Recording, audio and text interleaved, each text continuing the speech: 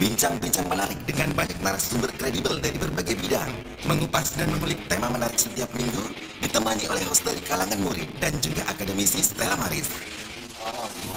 Podcast Stella Maris Talk hadir menyuguhkan informasi terkait topik-topik terkini bagi semua generasi.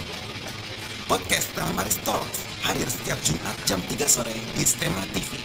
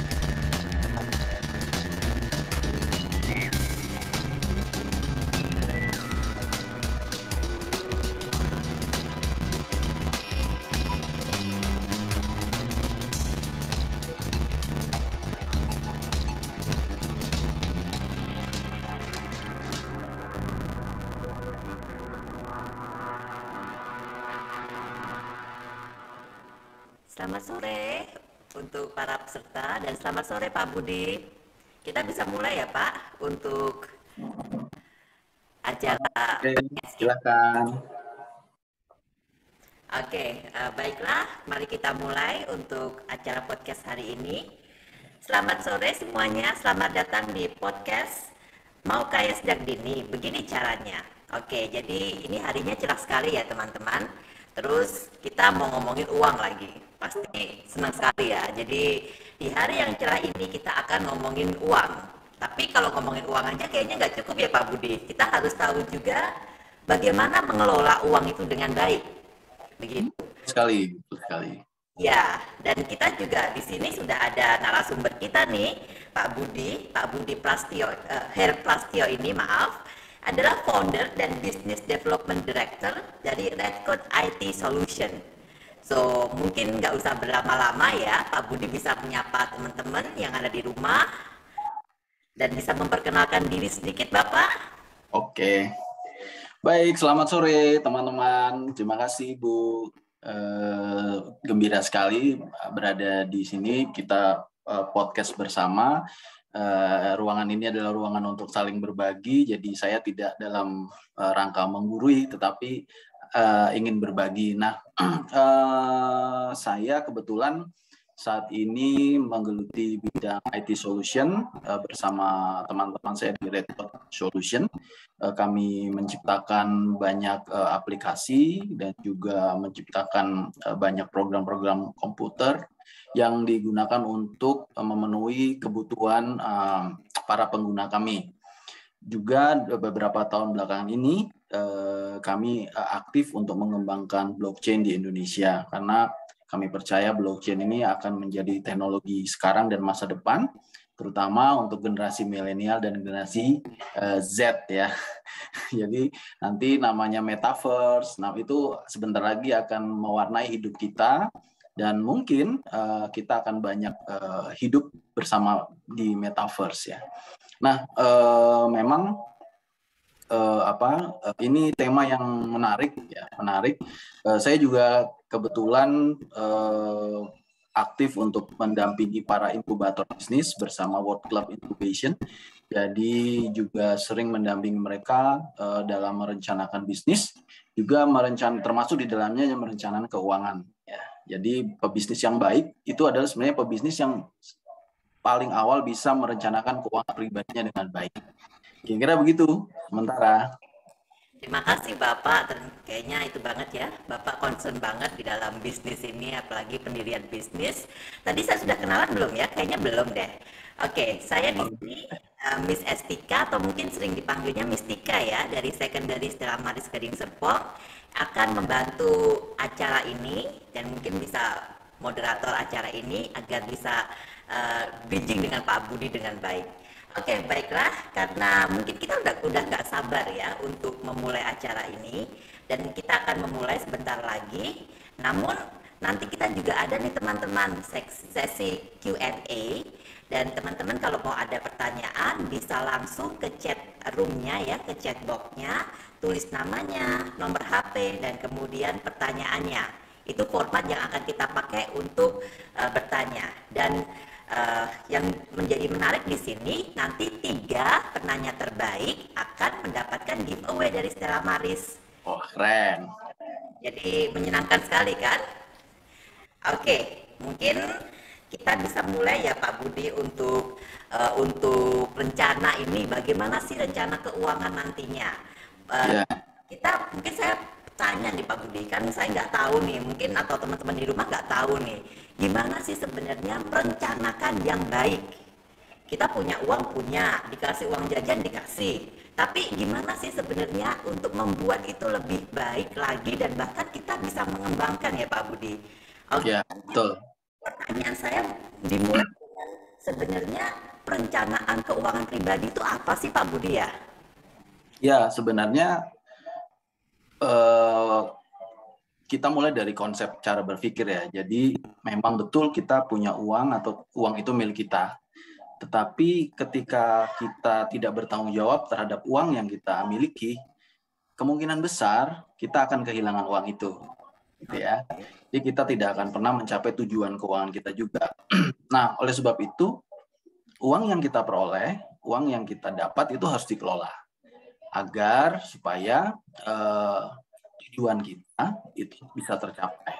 Nah, sebenarnya secara literatur itu banyak sekali ya definisi dari perencanaan keuangan pribadi. Tetapi saya ingin yang mudah saja bahwa perencanaan keuangan pribadi itu adalah bagaimana kita mengelola pendapatan dan pengeluaran kita, juga tabungan dan investasi kita agar kita dapat memperoleh hidup yang lebih nyaman. Ya, nyaman artinya kita bisa mencapai tujuan keuangan kita dan juga memiliki keamanan dalam bidang keuangan kita. Jadi ketika kita butuh uang dalam satu masa-masa, satu titik tertentu dalam hidup kita, uang itu tersedia. Seperti itu kira-kira. Oke, secara mudahnya. Kita bisa responsibility ya Pak, nanti untuk kedepannya kita lebih mungkin betul Kalau sekarang namanya financial freedom nggak sih Pak? Ya, kalau betul financial freedom itu berarti kan kita sudah bebas dari apa ya, dari kita itu sudah bebas dari tekanan dalam tanda kutip uang ya. Jadi kita bukan uang yang mengejar kita, bukan kita yang mengejar uang, tetapi uang yang mengejar kita. Itu masuknya seperti itu.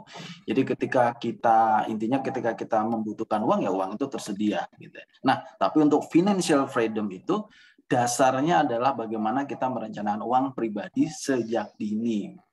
Miss, begitu. Jadi untuk mendapatkan financial freedom kita harus memulainya mulai mungkin dari anak-anak ya Pak ya. Jadi Betul, betul. dari awal. Pengalaman saya mengatakan seperti itu ya, Miss ya. Karena ketika kita dewasa ini kan hasil dari kita menjalani masa remaja kita dan adik-adik yang sekarang ini di SMA, di SMP, kuliah mungkin itu adalah masa-masa terbaik untuk berlatih mengelola perencanaan keuangan pribadi. Agar ketika mereka dewasa, mereka punya punya sumber pendapatan yang lebih besar mungkin dari bisnis, dari pekerjaan mereka, itu mereka sudah bisa mengelola dengan baik gitu. Jadi dibutuhkan kedisiplinan ya Pak ya kalau gitu dari sejak awal gitu untuk mengelola. Pasti Bu. Pasti Miss. Salah satu skill atau kemampuan dasar dari mengelola keuangan pribadi adalah komitmen dan ketekunan. Ya, jadi ketika dia bisa berhemat, ya belajar berhemat secara tekun dan berkomitmen pada dirinya sendiri bahwa uangnya tidak boleh habis, tetapi harus disisihkan. Misalnya seperti itu. Nah, itu butuh ketekunan, juga butuh komitmen. Iya, dan pasti banyak pengorbanan juga ya, karena sekarang kalau kita melihat anak muda, aduh sekarang banyak sekali godaannya ya Pak ya. Ya, betul. Sekarang sosial media di mana-mana, anak-anak bisa melihat Betul. dan pengen mengikuti gitu ya Pak ya. Jadi jadi kita sebenarnya membangun kebiasaan sedari awal, sedari SMA, ketika diberikan uang jajan oleh papa mama, berapapun jumlahnya, itu harus bisa dikelola dengan baik. Nah, inilah saat-saat belajar.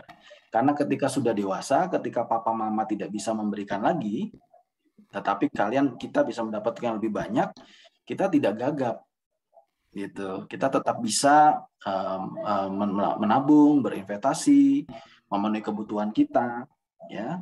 Supaya ketika kita misalnya manusia ada step-step, menjelang tua, kita punya cukup uang untuk membiayai hidup kita ketika kita sudah tidak bekerja lagi atau kita sudah memasuki masa pensiun. Seperti itu, Miss. Oke, baik. Mungkin bisa dibantu untuk teman-teman untuk yang di waiting room itu Mas ada di sini. Ya, jadi terima kasih ya Bapak. Ternyata kita nggak harus memenuhi lifestyle ya Pak. Sekarang lifestyle itu kan, aduh, kita bisa melihat banyak sekali lifestyle yang kita bisa lihat dan kalau kita terpengaruh, nggak disiplin, nggak ada komitmen yang seperti Pak Budi tadi katakan, ya akhirnya berantakan gitu Bapak ya. Betul. Kalau saya pengen tanya nih Pak, sebenarnya kalau kita punya financial freedom yang cukup bagus gitu ya, atau kita bisa mengelola uang dengan baik, apa saja sih Pak sebenarnya manfaat yang akan kita dapatkan dengan kita bisa mengelola dengan baik itu? Ya, sebenarnya ada beberapa manfaat, banyak manfaatnya, tetapi ada beberapa yang mungkin bisa kita peroleh ya, Miss. Yang pertama, kita bisa berlatih, ya. Ini untuk teman-teman yang masih muda, yang masih usia remaja, kuliah, SMA. Teman-teman bisa berlatih untuk mengelola uang sejak dini, yang seperti saya katakan tadi. Jadi ketika nanti dewasa, itu kalian punya skill tertentu yang bagus untuk mengelola keuanganmu sendiri, ya. Dan ketika kalian sudah mencoba untuk menyisihkan pendapatan kalian di masa-masa muda ini, lalu kalian bisa mengembangkannya, walaupun berapapun jumlahnya, mengembangkannya secara tekun, ya, atau berinvestasi, ceritanya, istilahnya, itu nanti kalian akan bisa memetiknya di masa dewasa kalian. Misalnya, teman-teman ada yang suka dengan emas misalnya, logam mulia, ya, itu kan tidak mahal. Coba setiap bulan sisihkan uang misalnya dari saku kalian 500.000, 600.000 untuk beli perhiasan emas, lalu disimpan. Nah, 10 tahun lagi emas itu akan naik nilainya. Iya, benar. Gitu ya. Ketika kalian dewasa nanti, kalau mau sekolah misalnya, ya mama papa tidak perlu terlalu banyak mengeluarkan uang, karena mungkin kalian sudah punya cadangan. Oke ma, oke pak, aku punya tabungan nih, bisa bantu untuk sekolah. Kan itu sangat nice ya. Jadi meringankan beban papa mama juga. Nah itu dimulai dari ketika kita sekolah. Itu yang pertama. Yang kedua, sebenarnya kita ngerti bagaimana sih caranya menggunakan uang kita supaya kita punya tujuan, supaya tujuan kita tercapai. Setiap manusia itu kan sebenarnya punya tujuan ya. Jadi misalnya tujuan hidup, baik yang non materi maupun yang materi. Nah kalau misalnya untuk yang materi, misalnya itu tujuannya apa? Misalnya, oke, 15 tahun lagi, saya mau sekolah. Saya mau S2, setelah S1 dibiayai papa mama, tapi S2 saya harus cari sendiri. Oke, mungkin beasiswa. Tapi yang kedua, oke, mungkin saya harus punya uang saku yang cukup nih, karena saya harus meninggalkan Indonesia mungkin untuk sekolah di luar negeri. Nah, dari menabung, dari berinvestasi di sekian tahun itu hasilnya bisa digunakan untuk mencapai tujuanmu mendapatkan gelar sarjana strata S2 di luar negeri. Seperti itu kira-kira. Contohnya seperti itu, Miss. Jadi kita mengerti bagaimana uang kita yang kita kelola supaya kita dapat mencapai tujuan keuangan kita. Lalu yang selanjutnya, karena dunia ini kan selalu berubah. Manusia itu tidak selalu happy hidupnya. Kadang di bawah, kadang di atas gitu ya. Kalau di atas itu sedang hujan, wah pendapatannya banyak ya.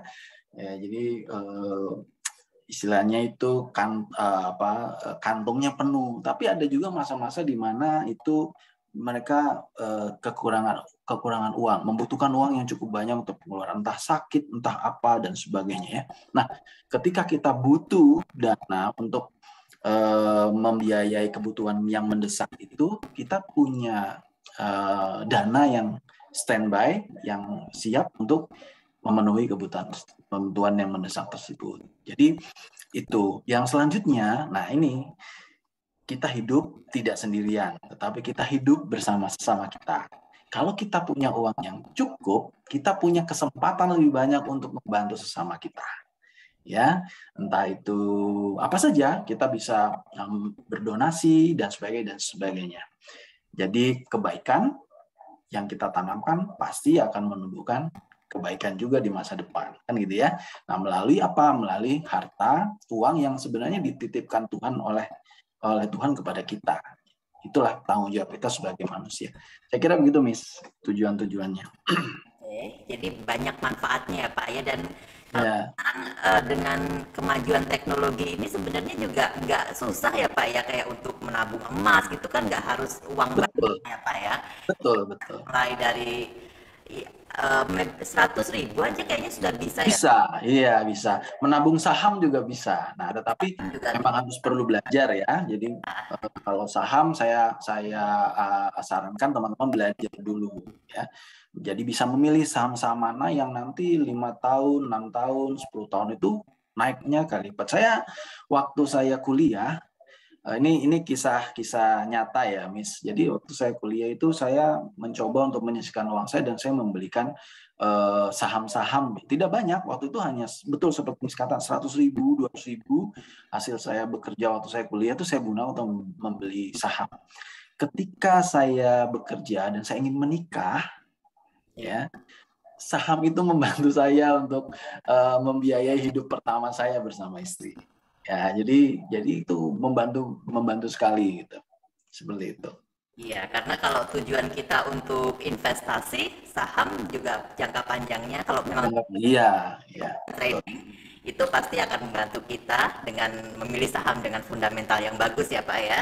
Betul. Dan kita harus belajar ya. Makanya harus belajar. Harus dipelajari untuk kita memilih apa yang bagus.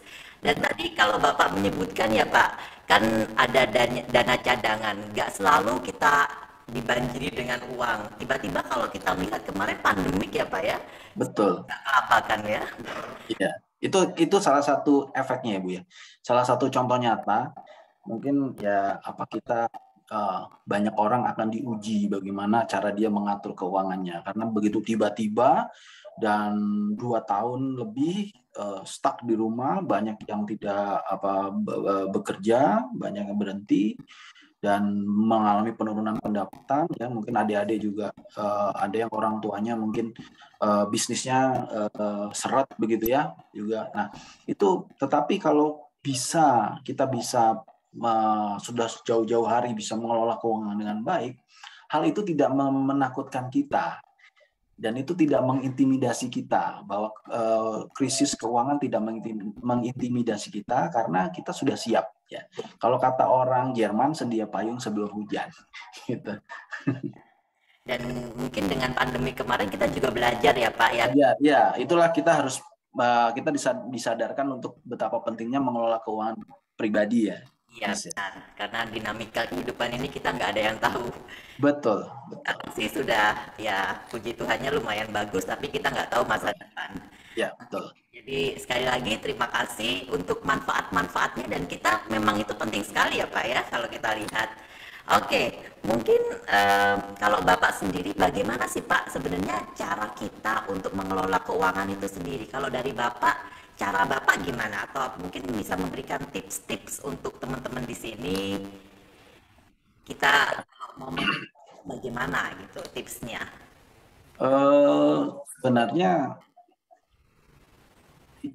kalau saya, mentor saya dulu dalam bidang keuangan pernah, dan ini saya tulis dalam buku saya, Berani Utang Pasti Untung. Teman-teman boleh kalau mau cari di Google Play, sekarang sudah tersedia di situ.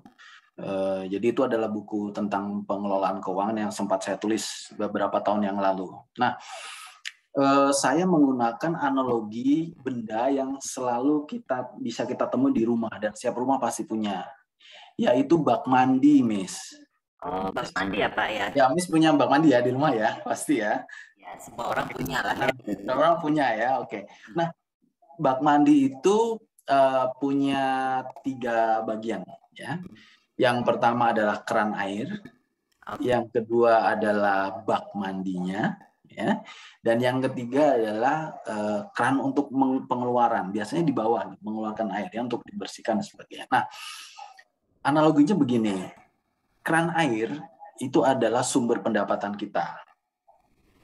Lalu bak mandi adalah tempat untuk menampung pendapatan kita tadi, ya, berarti uang ya. Bisa di dalam tabungan, celengan, bisa di dompet, bisa di wallet, bisa di rekening bank, di mana saja. Itu menampung uang kita. Lalu yang di bawah adalah keran pengeluaran air. Nah, ini adalah pengeluaran-pengeluaran yang penting yang perlu kita lakukan setiap bulannya ya. Saya bicara bulan. Nah, berarti tujuannya adalah ketika bak mandi itu ya, keran kita buka, pendapatan nyocor deras, terus lalu menampung, dan kita pasti akan membuka di bawahnya ya Bu ya Miss ya, dibuka di bawahnya, airnya akan keluar. Nah, kalau mengeluarkan airnya lebih cepat daripada keran air itu yang mengalir, kira-kira apakah masih ada sisa di dalam bak mandi airnya? Tidak ada ya. Itu berarti kalau kita lebih besar membuat pengeluarannya daripada uang yang kita dapatkan, maka kita akan mengalami krisis keuangan, defisit keuangan, tidak punya uang. Ya, nah kalau kita bisa mengelola, mengatur buka tutupnya yang di bawah itu, pengeluarannya itu dengan baik, maka bukan saja kita bisa memenuhi kebutuhan dan keinginan kita, tetapi di dalam bak mandi setiap bulannya itu pasti ada sisa. Oke, iya Pak. Nah, sisa ini akan bisa kita kembangkan lagi dalam bentuk apa? Mungkin kita berinvestasi. Tetapi boro-boro berinvestasi kalau di dalam tabungan kita sudah 0. Nah, itu Pak yang menjadi masalah kan. Maka kunci dari mengelola keuangan adalah mengelola pengeluaran sebenarnya ya. Berapapun uang yang kita dapat, tapi ketika kita mengeluarkannya dengan sangat cepat, maka pasti akan habis. Maka skill, kemampuan pertama yang harus dimiliki oleh setiap individu dalam mengelola keuangannya itu adalah mengatur pengeluarannya. Nah, jadi yang pertama, mungkin kita bisa membedakan antara kebutuhan dan keinginan. Ini selalu diingatkan oleh para mentor-mentor keuangan. Tapi itu betul bahwa kita harus memisahkan mana yang betul-betul kebutuhan yang harus dipenuhi, mana itu hanya sekedar keinginan yang bisa ditunda atau mungkin bahkan tidak dikonsumsi. Seperti itu. Karena ketika kita memaksakan diri untuk mengkonsumsi barang keinginan kita, tetapi faktanya bahwa itu sebenarnya tidak kita butuhkan, ya, itu hanya membuang uang sebenarnya. Iya. Ya, seperti itu. Jadi sebenarnya sangat sederhana kok, Miss. Ya, mengatur keuangan itu bagaimana kita mengelola pengeluaran tadi. Lalu bagaimana kita bisa mengendalikan lifestyle tadi ya, lifestyle yang Miss sebut itu. Ya, Memang lifestyle itu kan setiap orang memiliki lifestyle yang berbeda-beda. Dan lifestyle itu yang dibangun memang dari dia kecil ya, dari dia remaja itu gaya hidupnya ada. Nah, masalahnya adalah apakah gaya hidup ini bisa disesuaikan dengan kondisi keuangannya. Ya, kadang orang terlalu memaksakan diri menggunakan lifestyle orang lain misalnya dan dihadapkan dengan keuangannya yang sebenarnya belum mampu untuk memenuhi lifestyle tersebut. Saya kira begitu, Miss. Oke, jadi kalau itu kita harus itu ya Pak, ada tampungannya, ada air yang ditampung itu sebagai tabungan kita untuk kita bisa mengelolanya kembali gitu ya Pak. Betul. Tapi kalau Bapak melihat sekarang gimana sih Pak perkembangan anak-anak sekarang, atau mungkin Bapak concern nggak di anak-anak remaja sekarang, bagaimana mereka melihat keuangan gitu? Dengan teori yang tadi mungkin kita sampaikan sangat bagus ya Pak, tetapi melihat kenyataannya gimana sih Pak sebenarnya yang terjadi ini? Ya, memang tantangan anak-anak zaman sekarang ya, generasi milenial, generasi Z ini adalah lingkungan ya, Miss, yang mempengaruhi mereka untuk bersikap hiperkonsumtif ya. Jadi itu tadi, bahwa akhirnya mereka tidak mampu membedakan antara kebutuhan dan keinginan. Jadi ini yang perlu diperhatikan dan menjadi bahan introspeksi bagi teman-teman muda sekarang ini, ya. Nah, kenapa? Karena itu tadi, ketika kalian tidak bisa membangun atau tidak bisa berlatih untuk mengendalikan diri kalian untuk mengkonsumsi. Konsumsi tidak dilarang, tetapi kalau hiperkonsumtif ya, yang akhirnya mengganggu kondisi keuangan kalian dalam sekarang atau dalam jangka pendek atau dalam jangka panjang, itu yang sangat berbahaya ya. Sampai-sampai mungkin misalnya ya, karena masih sekolah menuntut sesuatu kepada mama misalnya. Nah, kalau tidak dibelikan ngambek misalnya, nggak mau sekolah atau bagaimana. Nah, itu salah satu, itu harus dilatih untuk mengubah sikap seperti itu, karena itu akan terbawa nanti ketika dewasa. Ya, jadi tantangannya itu, karena semakin maju dunia kita ini, semakin banyak keinginan yang harus dipenuhi, seolah-olah seperti itu, Miss. Ya, misalnya nih, zaman saya dulu, mungkin zaman Miss juga nih, ya. Games itu tidak banyak berkembang. Saya paling main itu di Atari gitu ya. Tidak ada banyak berkembang. Nonton film hanya TV, hanya TVRI, RCTI ya. Itu sudah cukup. Tapi sekarang ada games. Dan games itu membuat, saya tidak anti games ya, karena saya juga bersama teman-teman muda mengembangkan games. Tapi kalau saya pelajari, kalau kita tidak tidak mengendalikan perilaku kita ya, mengendalikan sikap kita terhadap uang, games itu akan merogoh kocek, membolongkan kantong, betul-betul. Harusnya uang jajannya cukup untuk 2 minggu, ini hanya seminggu saja. Ya, itu kira-kira. Jadi itu yang sederhana. Nah, dari situ teman-teman harus belajar untuk mengendalikan diri. Ya, saya kira begitu. Oke, dengan banyak perkembangan yang ada, kuncinya adalah pengendalian diri ya Pak ya. Belajar mengendalikan diri. Karena kalau nggak sabar, tenang mengenai dan memisahkan itu ini kebutuhan atau keinginan. Jadi di dalam pikirannya kita itu selalu ada, oke, saya mau ini sebentar. Apakah ini kebutuhan atau keinginan? Ya. Oh, ini keinginan. Haruskah dipenuhi sekarang? Nah, itu jadi sebelum bertindak bertanya terlebih dulu dalam pikiran kita. Saya butuh handphone baru misalnya. Pertanyaannya butuh atau ingin? iya. Ternyata ingin. Kenapa? Karena teman saya punya yang baru. Oh, begitu. Kalau tidak beli sekarang, bos, bisa tidak? Apakah kalau tidak beli sekarang badanmu gatal-gatal, lalu nilaimu menurun, lalu kamu dijauhi teman, lalu kamu dibully bahwa tidak punya handphone baru atau bagaimana? Nah, itu pentingnya teman-teman muda untuk selalu punya pola pikir bertanya kebutuhan atau keinginan. Kebutuhan atau keinginan. Seperti itu. Oke, jadi harus banyak refleksi ya, jangan sampai ya Pak ya Betul. ini dijadikan kebutuhan malahan. Karena itu nanti akan terbawa sampai dewasa. Iya. Jadi ada yang namanya tipe orang yang membelinya secara tiba-tiba atau saya lupa ini. Jadi dia begitu lihat dia mau beli, begitu lihat dia mau beli, begitu lihat dia mau beli. Ya, jadi ketika tidak punya uang pakai kartu kredit, akhirnya ujung-ujungnya terjebak pada utang kartu kredit, kan gitu. Seumur hidup bekerja untuk bayar cicilan kartu kredit. Itu karena apa? Karena tidak terbiasa untuk membedakan antara kebutuhan dan keinginan. Semua keinginan harus dipenuhi dan tidak mengukur kondisi keuangannya. Itu sangat berbahaya, Miss. Nah, dimulai dari remaja untuk belajar mengelolanya. Seperti itu, Miss. Oke, terima kasih ya Pak ya. Pertama, harus disiplin. Kedua, harus membedakan keinginan dan pengendalian diri. Itu kuncinya. Oke, nah kalau saya ingin tanya nih Pak, sebenarnya kalau kita sudah bisa nih mengelola dengan baik, dan kemudian kita ingin dong uang kita nggak cuma mandek aja atau nggak cuma ditaruh di bawah bantal ya kalau zaman dulu, tapi kita mengembangkan lagi Pak. Ya. Mungkin untuk berinvestasi gimana ya Pak caranya? Ya, sebenarnya banyak ya Bu.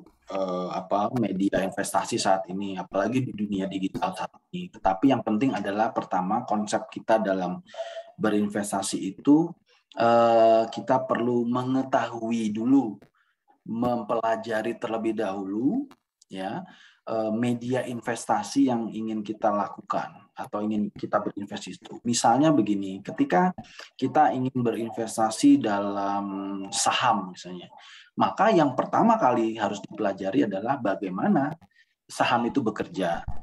Nah ya, sekarang sudah banyak literatur ya, artinya lebih mudah lah. Teman-teman muda ini lebih gampang mencari literatur mengenai mengenai saham, mengenai apa. Nah, juga misalnya teman-teman boleh tuh menghubungi para broker-broker saham yang ada di Indonesia, dan biasanya mereka punya salah satunya orang-orang yang bersedia untuk mengedukasi ya calon pelanggan untuk belajar tentang saham. Jadi sebelum nyemplung di saham, pelajari dulu. Nah, atau mau seperti apa? Misalnya mau transaksi emas misalnya. Emas itu mungkin lebih gampang, lebih mudah ya, lebih mudah. Tidak terus naik memang, tapi cenderungnya naik kalau emas ya. Jadi sulit turunnya drastis, tapi memang cenderung naik meskipun juga mungkin harga emas tidak sedahsyat yang lain, tapi ada kecenderungan untuk naik. Nah, jadi kalau bagi saya ketika kita mau berinvestasi, kita harus pelajari betul di mana kita berinvestasi, tidak boleh gegabah ya. Apalagi teman-teman yang mungkin masih muda, masih teens, remaja begini, harus belajar untuk berhati-hati. Karena banyak juga loh sekarang kan investasi bodong ya. Yang sepertinya itu investasi ternyata berakhirnya nanti di Bareskrim Mabes Polri itu ya. Ya sekarang yang kita lihat ya kemarin beberapa kasus. Nah itu dan itu banyak sekali yang tertipu hingga triliunan rupiah. Kenapa? Karena ketika kita memutuskan untuk berinvestasi, kita tidak mengerti apa sih yang cara mainnya seperti apa. Maka ketika kita sama seperti kalau kita main sepak bola, kalau kita nggak mengerti cara main sepak bola, ya kita tidak bisa tendang bola dengan baik ya. Jadi kita pasti akan terlempar atau kalah di dalam pertandingan itu. Nah, itu jadi dari dulu investasi apa yang mau teman-teman lakukan. Yang kedua adalah investasilah sesuai dengan kemampuanmu. Jadi tidak perlu dipaksa ya. Saya sering menganjurkan, dan juga ini saya pakai dalam diri saya sendiri, adalah konsep 50-30-20. 50% pendapatan saya gunakan untuk memenuhi kebutuhan saya, ya, kebutuhan bulanan. 30% saya gunakan untuk keinginan saya, 20% saya gunakan untuk tabungan atau investasi. Tetapi kadang-kadang saya balik. Keinginan saya tekan sedemikian rupa, tapi saya memperbesar investasi saya. Jadi mungkin 10% saya pakai buat keinginan, 40% saya gunakan untuk berinvestasi. Ya, jadi, nah itu yang yang saya sih secara pribadi, kalau kita konsisten dan komitmen, ya puji Tuhan ya, artinya nanti ketika pensiun, ya harapan saya ketika saya sudah tidak bisa bekerja secara maksimal, saya masih bisa memenuhi kebutuhan hidup saya di masa tua. Saya kira itu, Miss. Oke, jadi pemilihan instrumen investasi itu juga penting ya Pak. Jadi kita pelajari dulu, jangan cuma milih dan ikut-ikutan yang trending ya Pak ya. Iya, betul. Kalau memang mau belajar tentang saham, ya belajar dulu. Kalau bisa reksadana ya Pak ya. Betul, reksadana termasuk juga kripto ya. Sekarang kan masih hangat-hangatnya cryptocurrency. Oke. Saya sempat mengalami masa menguntungkan ketika saya berinvestasi Bitcoin ya. Saya sempat, tapi itu harus tahu dulu cara main cryptocurrency bagaimana, karena cryptocurrency itu harganya turun dan naik itu semau gue. Ya.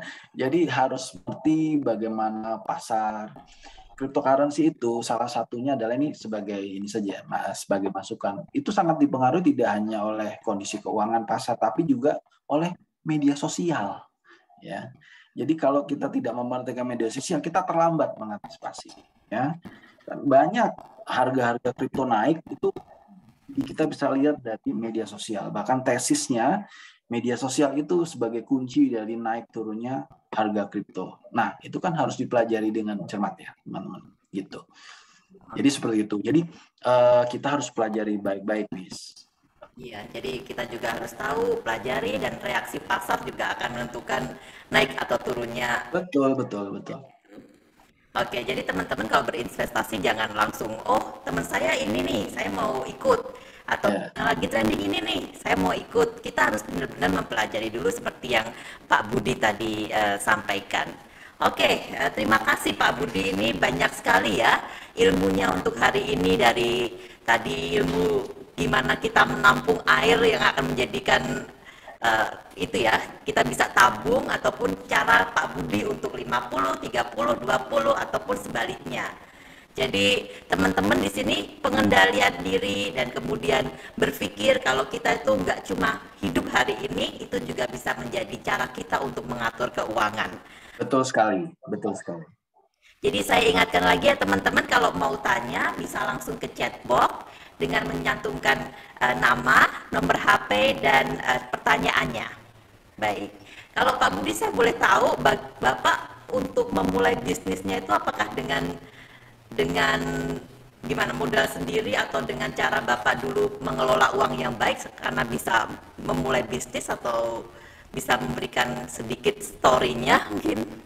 Iya, saya beberapa kali pernah, setelah saya bekerja di berbagai perusahaan, saya mencoba untuk berbisnis beberapa tahun yang lalu, kira-kira. Tapi seperti yang mungkin harus dirasakan, bahwa bisnis itu tidak seindah yang kita bayangkan. Jadi bisnis pertama saya setelah jalan 3 tahun baik, ya harus bangkrut juga ya. Dan kenapa bangkrut ya? Ternyata setelah saya teliti, saya mengingkari komitmen saya tentang pengendalian keuangan. Jadi bukan karena market yang buruk, tetapi memang waktu itu saya melupakan komitmen atau melupakan cara-cara yang sebenarnya sudah saya rintis sejak awal saya muda. Ya, saya mungkin mengalami shock apa gitu ya, economical shock mungkin ya. Cepat sekali, dapat banyak, kerannya besar, tapi saya lupa untuk mengendalikan di bawah, pembuangan di bawahnya itu. Nah, itu yang menjadi pelajaran besar. Lalu akhirnya saya close, dan akhirnya saya mulai membangun kembali bisnis. Dan waktu ketika saya membangun bisnis, terus terang saya tidak punya modal besar, tetapi saya menggunakan modal saya yang lain, yaitu skill. Ya. Nah, skill dan networking, skill dan jaringan. Ketika usaha IT solution ini saya bangun, saya menggandeng banyak teman, beberapa teman akrab saya yang kebetulan juga expert di bidang IT, dan kami mempunyai visi dan misi yang sama pada akhirnya. Nah, karena IT solution itu tidak harus karena itu modalnya sebenarnya kan otak ya, Miss. Iya. Jadi kita bisa mengembangkan otak kita untuk membuka kembali keran-keran yang kita punya. Nah, ini penting ini, Miss ya. Jadi ketika kita sekarang kita mungkin tadi kita bicara tentang pengeluaran, tapi kalau pengeluaran pengeluaran kita sudah handle, sekarang bagaimana dengan pendapatan kita? Nah, sebagai anak muda, teman-teman bisa loh dapat pendapatan lain sebenarnya, Miss. Ya. Jadi selain sekarang mungkin masih dapat uang jajan ya, uang saku dari orang tua, dari papa dan mama. Oke, tetapi ada banyak hal yang bisa kalian kembangkan untuk mendapatkan pendapatan sampingan. Misalnya apa? Hobi. Ya, hobimu apa sih? Kalau orang banyak senang dengan hobimu, ada kemungkinan hobimu itu bisa menghasilkan uang. Ya. Atau mungkin kalian punya kebiasaan tertentu. Kebiasaan tertentu itu kalau orangnya suka, banyak yang suka, akhirnya bisa menghasilkan uang. Ada yang hobi cuap-cuap, bisa menghasilkan uang. Ya, ada yang hobi menulis, bisa menghasilkan novel. Novel dijual, dibaca jutaan orang, menghasilkan uang. Ya. Nah, jadi banyak. Jadi kita tidak boleh, maksud saya begini, Miss. Jadi ketika kita ini bicara tentang bisnis misalnya, kita memang uang itu menjadi salah satu modal.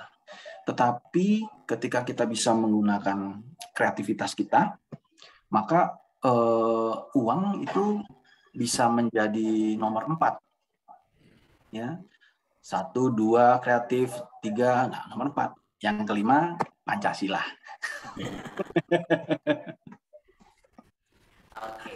Jadi Bapak hobinya apa ya, Pak? Bapak hobinya teknologi, jadi bisa membuka perusahaan IT ini. Ya, kalau saya sih sebenarnya secara teknikal saya tidak bisa membuat program secara teknikal. Saya cuma tahu umum-umum dasar-dasar. Tetapi di tim saya orang yang dipercaya untuk membuat model bisnis, mengembangkan bisnis. Saya harus melihat bisnis 10-15 tahun lagi. Saya harus berbicara dengan banyak orang untuk kolaborasi apa yang bisa kami lakukan. Jadi tugas saya seperti itu di tim yang sekarang ya. Nah, jadi dan hobi saya mendatangkan uang juga, Miss. Saya suka menulis dan saya menulis buku, dan buku-buku itu bisa sampai saat ini masih bisa menghasilkan uang di Google Play ya. Jadi waktu itu dicetak lalu nah itu bisa menambah pendapatan kita sebenarnya. Dari yang tidak. Jadi Tuhan memberikan kita kemampuan itu, percayalah ya. Kita bisa menggunakannya, itu bisa memperbesar keran air kita. Gitu, Miss. Oke, jadi dengan apa yang kita punya, dengan hobi kita bisa memakainya untuk Betul, Miss. Betul. Ya. Betul. Bahkan itu ya, anak-anak muda yang suka game bisa menjadi pro player. Ya, betul. Saya suka. Saya memberi kesempatan. Kalau misalnya di forum ini ada teman-teman yang bisa buat games, silakan hubungi saya. Mari kita berkolaborasi, kita buat metaverse Indonesia. ya. Karena memang tim kami sedang mengembangkan metaverse, jadi kami sedang banyak membuka diri untuk berkolaborasi dengan para gamers, ya, para games developer untuk mengembangkan metaverse. Seperti itu. Wah, menarik sekali ya Pak. Oke, jadi mungkin sekarang kita ke sesi Q&A ya. Bapak mau menambahkan lagi mungkin Pak?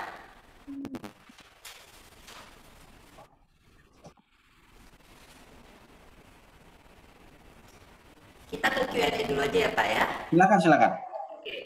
Baik, untuk teman-teman kayaknya sudah ada beberapa pertanyaan yang saya lihat tadi, dan kalau teman-teman masih ingin tanya bisa cantumkan nama, nomor HP, dan pertanyaan. Nah, ini sudah ada beberapa pertanyaan yang masuk. Sebentar saya buka dulu, mungkin nanti Bapak bisa menjawab karena kita lebih interaktif aja ya Pak ya. Ya, silakan Miss.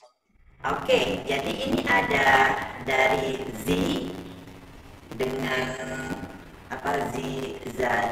Jamirus dengan nomor HP yang sudah ditulis di sini. Nah, beliau mengatakan hidup konsumtif masih bisa menabung nggak ya Pak? Caranya gimana untuk bisa tetap menabung? Iya, sebenarnya konsumtif itu tidak berbahaya, asal dalam batas-batas normal. Artinya memang sesuai dengan kemampuan kita.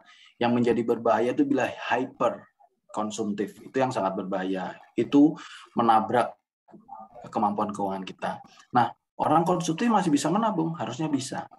Saya menggunakan cara ekstrim untuk menabung, yaitu saya harus menabung dulu, menyisihkan uang saya dulu, sisanya baru saya gunakan untuk keperluan yang kebutuhan yang lainnya. Jadi ketika mendapatkan pendapatan, saya menyisihkan 20-30% untuk saya tabung. Ya, nanti ini mau diinvestakin atau diapakan urusan belakangan nanti. Tapi 70% ini atau 60% ini saya gunakan untuk memenuhi kebutuhan dan keinginan saya, karena saya udah punya anak dan punya istri, maka harus memenuhi kebutuhan keluarga, ya, anak sekolah dan sebagainya. Tapi saya masih punya 40% untuk 30% untuk ditabung, dan itu tenang. Lebih berapapun, kalau misalnya gini, saya pernah ketika saya masih bekerja itu saya pernah coba, ya. Yang pertama, uang gaji saya habiskan 1 bulan. Ya, persis 2 hari sebelum gajian lagi itu rasanya di badan itu lemes-lemes. Nggak bergairah karena kantongnya kempes. Ini gimana? Nah, itu yang. Lalu yang kedua, saya coba tadi, saya sisahkan dulu, mati-matian sisanya saya pakai untuk semua ternyata ketika mau gajian, nggak kerasa sudah gajian lagi, duit masih ada, jadi bisa sombong, gitu ya. Hatinya tenang, wah masih ada sisa, udah gajian lagi, gitu ya. Dibandingkan dengan yang kondisi pertama, ya Allah, kapan gajiku datang, tangannya, itu bedanya ya, terintimidasi oleh gaji kita sendiri. Nah, jadi setelah itu, maka saya memperoleh konsumsi bahwa menabung itu harus dipaksa di awal, bukan di akhir, bukan sisa, tetapi memang betul-betul itu harus uang yang ini tabungan.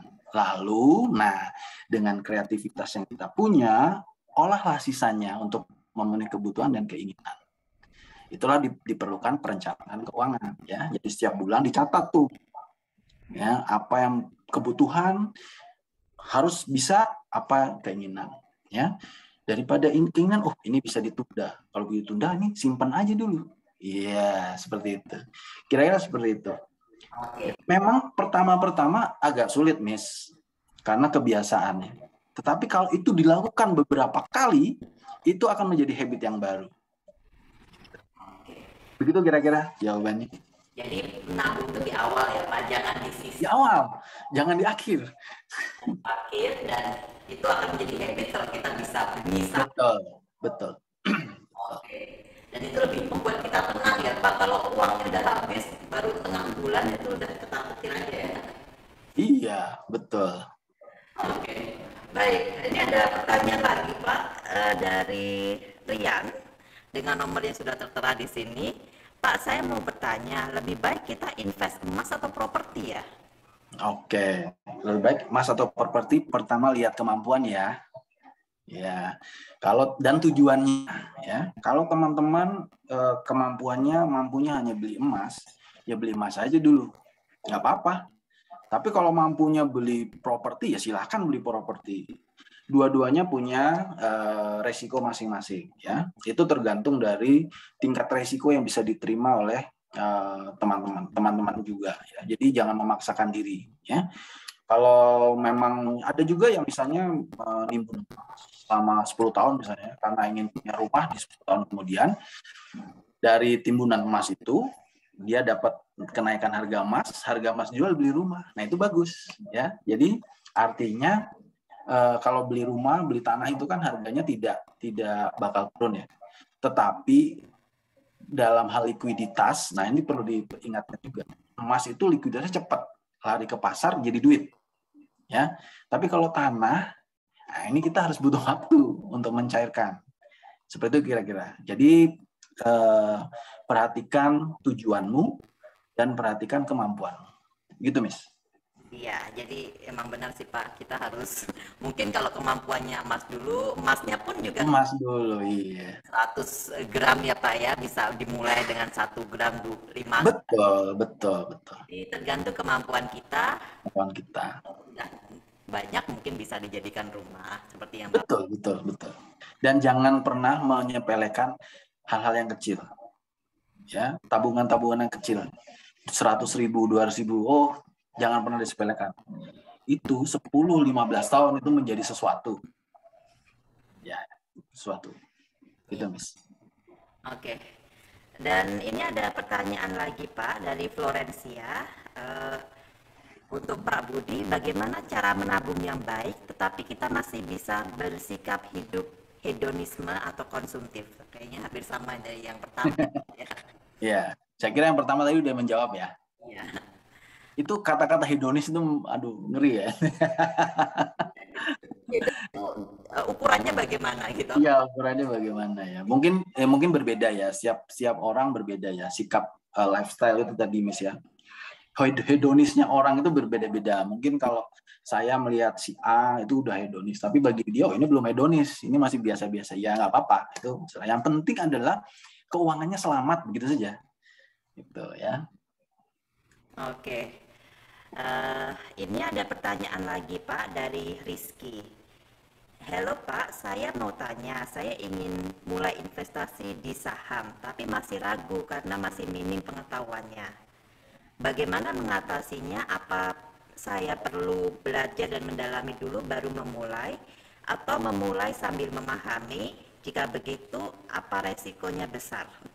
Ya, terima kasih. Oke, Rizky, investasi saham itu ada resikonya. Setiap investasi ada resikonya ya. Dan saham itu termasuk resikonya yang besar. Kalau kamu mau bermain saham untuk belajar saham yang agak resikonya lebih rendah, itu bermainlah reksadana. Reksadana juga pilihlah reksadana campuran ya.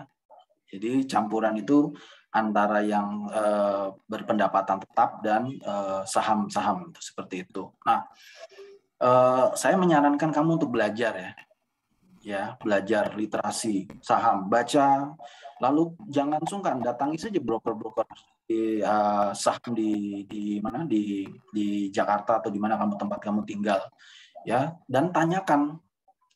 Belajar, Pak, gimana sih saham itu apa sih gitu ya. Baca saham itu bagaimana, menghitung nilai pasar saham bagaimana, menghitung nilai buku perusahaan itu bagaimana. Jadi, dan saat apa saya harus membeli saham-saham apa yang termasuk blue chip di Indonesia. Sekarang kalian bisa tidak hanya membeli saham-saham di Indonesia loh. Kalian sudah bisa membeli saham luar negeri punya. Itu ada di salah satu aplikasi ya. Nah, nanti kalau saya sebut sini iklannya. Itu ada. Jadi kalian nanti bisa beli saham Tesla, bisa beli sahamnya Ford ya, bisa beli saham siapa aja gitu. Nah, tapi kembali kalian harus belajar. Saran saya belajarlah ya, belajar dulu. Setelah itu baru putuskan. Dimulai dengan besar tidak, kecil-kecil dulu saja, ya, supaya itu jadi latihan. Ya, setelah kalian punya, baru setiap bulan kalian sisihkan untuk menabung saham tuh boleh. Gitu. Saya kira begitu, Rizky. Dan itu ya Pak ya, harus tahu saham apa ya kalau kita. Iya. Kalau untuk pemula mungkin harus tahu sahamnya ya Pak. Betul. Itu baik pemula maupun profesional ya harus tahu sahamnya.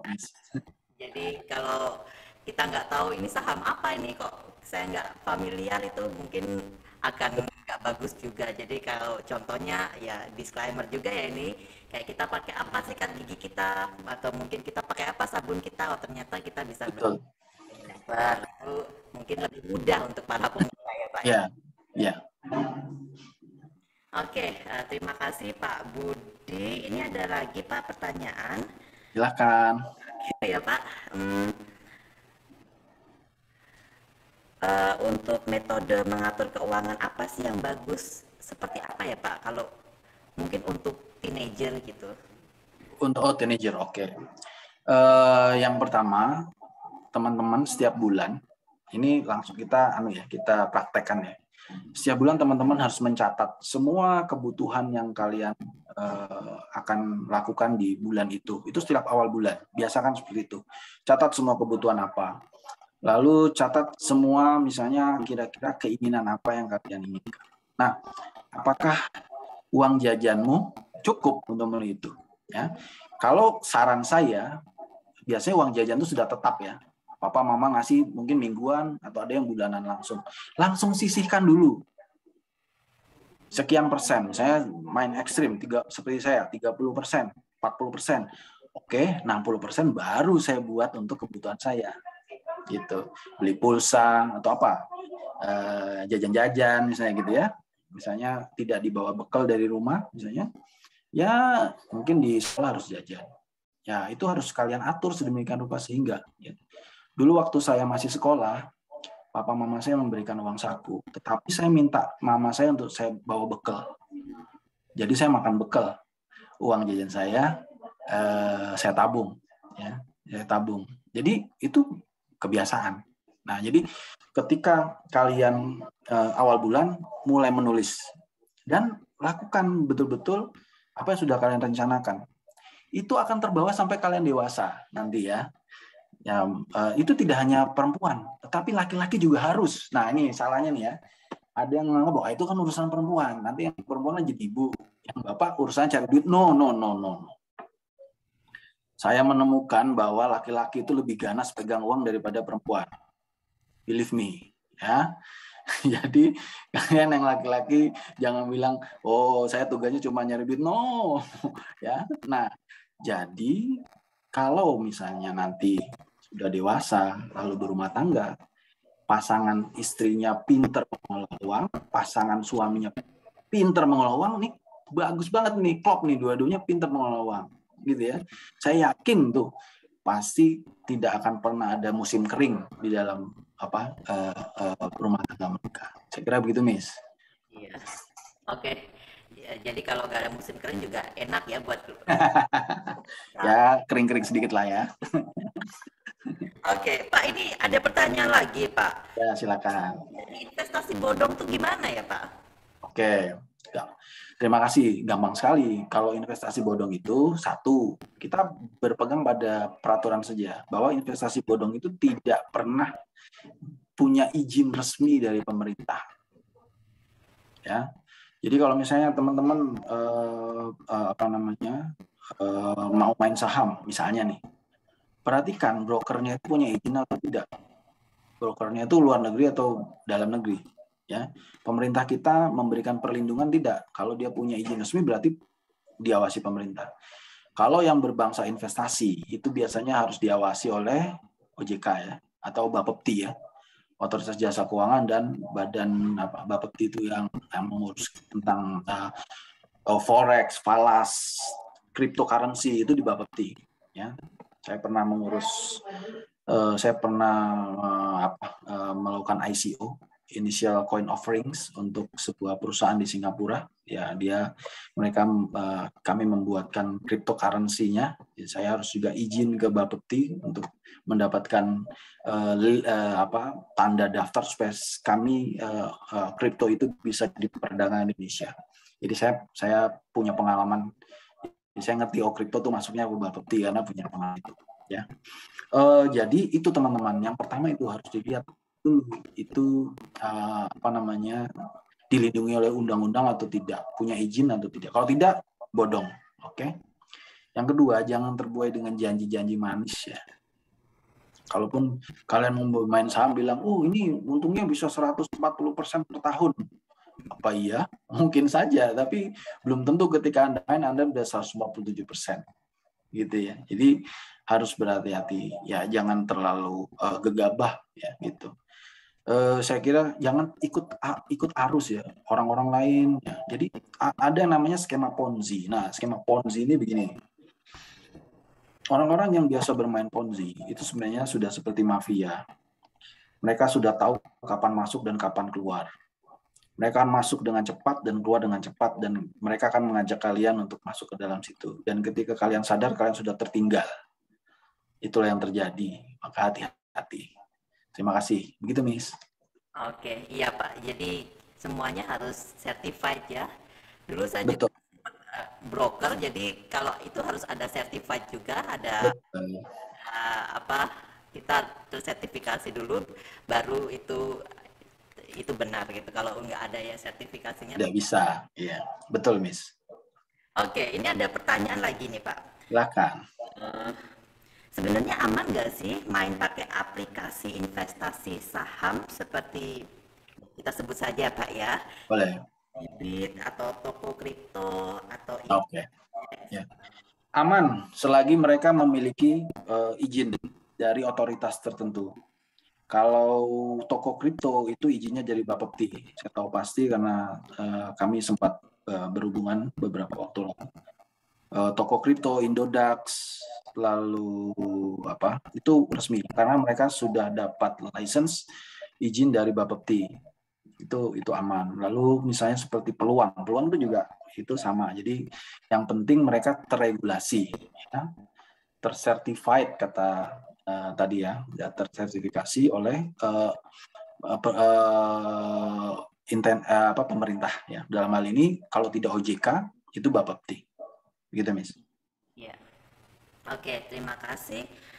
Mungkin kalau saya ingin tanya ke Bapak ini, Bapak pernah nggak atau motivasi apa sih yang membuat Bapak itu harus menyisihkan uang ataupun harus mengatur sedemikian rupa? Pasti ada dong motivasi dan bisa di-share ke adik-adik di sini yang masih muda mungkin. Iya, terima kasih, Miss. Itu pertanyaan yang bagus. Seperti yang Miss bilang tadi, hidup itu kan bukan hanya saat ini. Tapi kita akan hidup, kita nggak ngerti finishnya kapan ya. Lalu dunia ini berubah, hidup itu berubah. Apapun yang terjadi, manusia itu kadang di atas, kadang di bawah. Bahkan seorang miliuner, triliuner pun itu akan menghadapi masa-masa dia mengalami kesulitan. Ya, dalam kemarin Elon Musk itu kehilangan 148 triliun dalam satu hari. Karena Bitcoin-nya turun 148 triliun itu kalau dibelikan bakpao, saya nggak ngerti itu bisa nutupi Pulau Jawa kali ya. Tapi realita dia kehilangannya, tapi dia masih punya aset, dia masih bisa hidup, ya, dia masih bisa mengendalikan banyak perusahaan. Karena apa? Karena dia sedia payung sebelum hujan. Ketika dia dapat uang yang dia dapat tidak dihabiskan untuk gaya hidupnya, tetapi dihabiskan untuk membangun mesin-mesin uang yang lain. Ini bedanya kita, manusia-manusia yang biasa, sama orang-orang yang punya gain freedom, money freedom. Tapi semua orang bisa, sebenarnya bisa. Semuanya bisa. Ya. Jadi ketika kalian punya uang, lalu daripada itu untuk sesuatu yang hilang untuk memenuhi keinginan kalian, yang mending itu diinvestasikan atau digunakan sebagai modal untuk membangun usaha. Itu lebih bagus. Nah, saya dari situ, Bu. Makanya saya Dan pengalaman-pengalaman saya yang pahit, yang sering juga pahit beberapa waktu itu, membuat saya untuk lebih siap, ya, lebih siap untuk mengelola keuangan dengan baik dan benar. Saya kira itu, Miss. Oke, jadi untuk membuat financial freedom di nantinya itu memotivasi Bapak untuk Iya, betul. menyisihkan dahulu sebelum Iya, spending ya Pak ya. betul. Oke, terima kasih Bapak. Dan sepertinya banyak sekali yang kita dapatkan hari ini ya untuk materinya dari Pak Budi, dan mungkin dari jawaban-jawaban dari Pak Budi pun itu juga membantu baik rekan-rekan di sini maupun adik-adik di sini untuk lebih mengetahui cara untuk mengelola uang dengan baik. Terima kasih sekali lagi Pak untuk ilmunya. Sama-sama, Miss. Terima kasih juga. Dan juga ada pemenang giveaway sudah diberikan ini, dan ada 3, tadi tim sudah membisikkan kepada saya, ada 3 penanya terbaik dan akan dihubungi oleh tim Istera Maris Gading Serpong ya. Ini ada Rian, dan kemudian ada Z, dan ada Rizky. Selamat untuk ketiga pemenang giveaway kita. Ya, nanti tunggu saja ya, karena tadi sudah memberikan nomornya. Nanti tim akan mengirimkan sesuatu pastinya. Oke, terima kasih sekali untuk Pak Budi sekali lagi untuk waktunya, dan terima kasih untuk ilmunya saya ucapkan. Dan tidak terasa ya Pak, waktunya sudah cukup untuk Terima kasih. bincang. Dan terima kasih partisipasinya untuk para peserta untuk hari ini. Dan kita masih banyak lagi ya teman-teman kalau untuk Stella Maris dan podcastnya. Dan untuk teman-teman yang di rumah mungkin bisa menyaksikan podcast di Stella Maris. Dan minggu depan kita juga ada podcast lagi. Di tanggal 20 kita ada podcast dengan tema mengenal lebih jauh hepatitis misterius yang menyerang anak-anak. Langsung dari Dr. Yuli dari Rumah Sakit Medika BSD. Jadi ada banyak sekali podcast yang kita bisa dapatkan. Kita tinggal follow aja Instagramnya Stella Maris. Ada beberapa info yang mungkin bisa kita dapatkan untuk menambah wawasan kita. Oke, baik, itu dari saya. Saya selaku MC atau host hari ini mengucapkan terima kasih untuk Bapak Budi dan untuk semua pesertanya. Dan saya Miss Estika undur diri di acara ini, dan sampai bertemu di acara yang lain. Terima kasih.